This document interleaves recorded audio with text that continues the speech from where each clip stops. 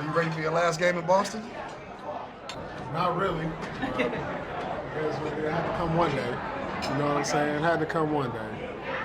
I'm excited. I'm excited and nervous at the same time. I think you might cry. Huh? I think you might cry. I'm not a crier. I think you'll choke. I think you'll choke. Just a little. And this will be dream. Start the game, score a bucket, come back in at the end, and hit a buzzer beater or something. Right. Yeah, right. I'm going to miss this place when we leave. We'll come back. Come back. I know. I was going to say, we'll be back. Paul Pierce, the former Celtic Finals MVP, returning to Boston.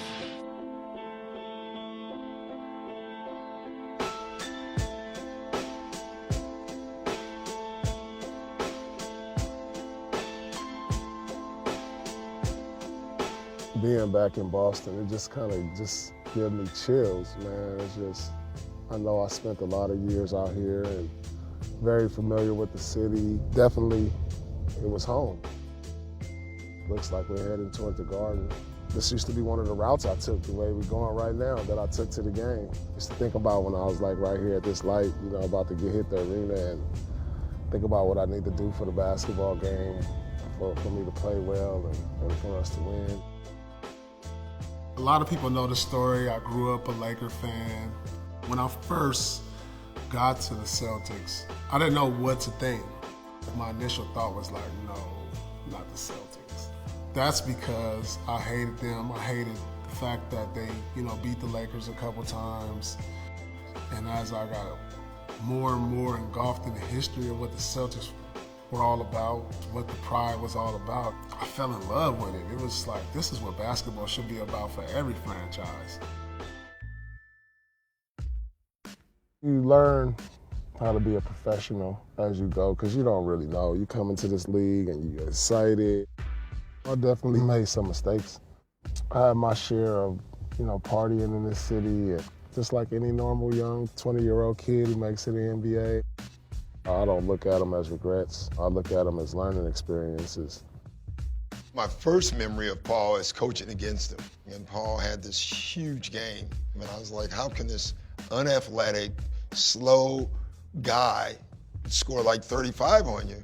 And then when I coached him, I got it immediately. He's one of the most fundamentally sound scorers ever. Well, me and Doc had to grow together. I mean, he came in, young coach. I was a little selfish at the time, and, he helped me, break that mold of being a more unselfish player. I remember it like yesterday. I'm sitting in my office. Paul knocks on the door and walks in and it's like, you're right. I'm going to do it. I'm going to try it. I think it'll make me better. I really took his words and tried to change. It helped me understand, life is too short. This is your purpose right now, is to give everything you all to the game of basketball. It's been nothing but love in the city, man. Been through everything, ups and downs. I appreciate these fans, man, everybody who supported me throughout the years, man. Thank y'all. Thank you. Hey, I'll miss you too, man. Hearing from the fans on their appreciation, it helps me understand what I was able to mean to this franchise. Paul understands his place in history now. He's a Celtic. That's what he is. Just to be able to say I played on that floor for 15 years, special. It's special. I want people to understand this is not my last time ever in the Boston Garden. This is just going to be my last time as a player. I'll always come back to this special place where it started for me.